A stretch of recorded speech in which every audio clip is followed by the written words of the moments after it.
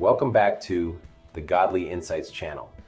In today's video, we'll explore Genesis chapter 8, verses 1 to 22, a passage that marks the end of the flood and the beginning of a new era for Noah and humanity. While Genesis 7 highlights God's judgment, Genesis 8 focuses on His mercy, His faithfulness, and the restoration of life.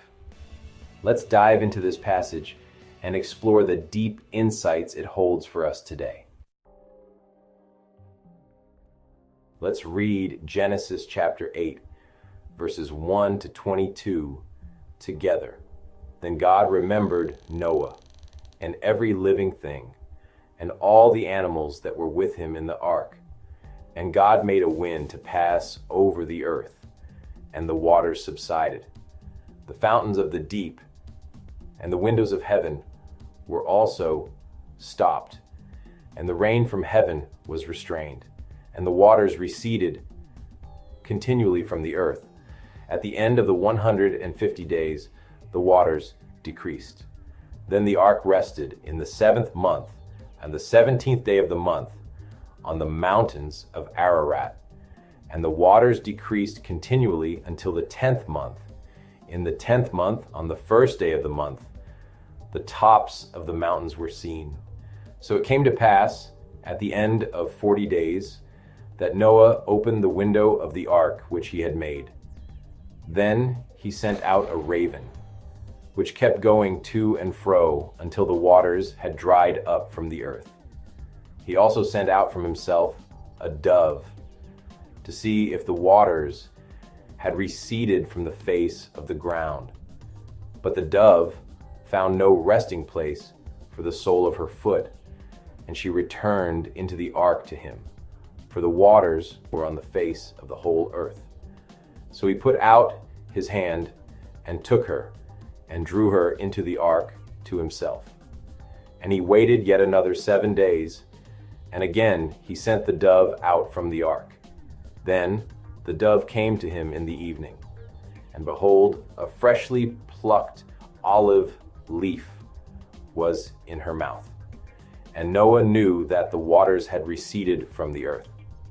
So he waited yet another 7 days and sent out the dove, which did not return again to him anymore. And it came to pass in the 601st year, in the 1st month, the 1st day of the month, that the waters were dried up from the earth. And Noah removed the covering of the ark and looked, and indeed the surface of the ground was dry. And in the 2nd month, on the 27th day of the month, the earth was dried. Then God spoke to Noah, saying, "Go out of the ark, you and your wife and your sons wives with you. Bring out with you every living thing of all flesh that is with you, birds and cattle, and every creeping thing that creeps on the earth, so that they may abound on the earth, and be fruitful and multiply on the earth." So Noah went out, and his sons and his wife and his sons' wives with him. Every animal, every creeping thing, every bird, and whatever creeps on the earth, according to their families, went out of the ark. Then Noah built an altar to the Lord, and took of every clean animal and of every clean bird, and offered burnt offerings on the altar. And the Lord smelled a soothing aroma.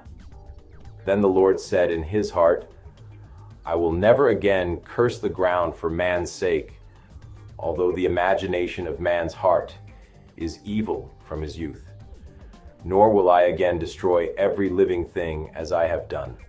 While the earth remains, seed time and harvest, cold and heat, winter and summer, and day and night shall not cease." Here, the phrase "God remembered Noah" doesn't imply that God forgot Noah. It's a way of expressing that God is now moving to act in favor of Noah.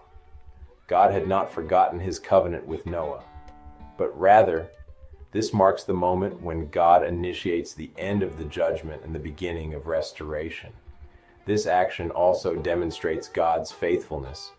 Just as he remembered Noah, he remembers his promises to us. The cessation of the rain and the shutting off of the fountains of the deep show that God controls the forces of nature. The flood, which was a tool of judgment, was now being reversed. This act is a reminder of God's sovereignty over creation. He is not only the creator, but the one who governs the earth. Notice where the ark rests, on the mountains of Ararat. The number 7 continues to be significant here, as it is the number of completion and perfection in biblical symbolism. The ark coming to rest is symbolic of the end of the trial and the beginning of a new chapter.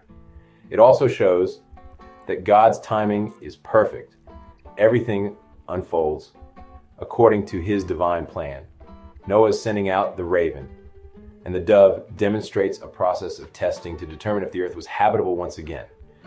The raven, which flew back and forth, symbolized that there was still uncertainty in the environment, while the dove, upon returning with an olive leaf, brought a message of hope and restoration.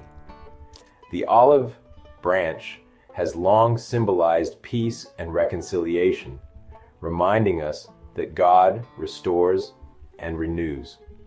As the waters finally recede, Noah and his family begin to witness the end of the flood and the return of the earth to a state of readiness for life. This moment represents God's restorative work, not just in the physical world, but in his covenant with humanity. It's a new beginning after judgment.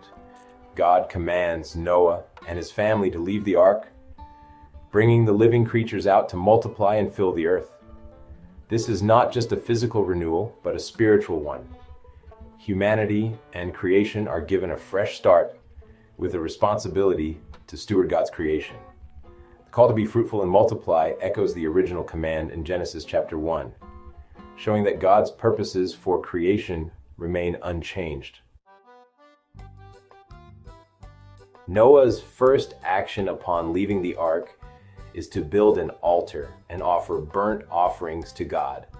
This act of worship acknowledges God's faithfulness and expresses gratitude. The soothing aroma signifies God's pleasure in Noah's offering. In response, God makes a promise. He will never again destroy the earth by flood. This covenant, marked by God's mercy, shows his commitment to the preservation of life on earth. His faithfulness to Noah extends to all generations, promising stability and order in nature as long as the earth remains. As we reflect on Genesis 8, we see God's mercy in the midst of judgment. He remembers his covenant, restores the earth, and gives humanity a second chance. The flood may have marked the end of one era, but it also marked the beginning of another. One rooted in God's faithfulness, hope, and grace.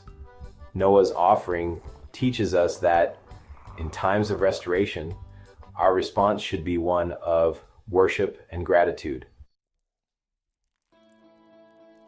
Thank you for joining us on this journey through Genesis 8.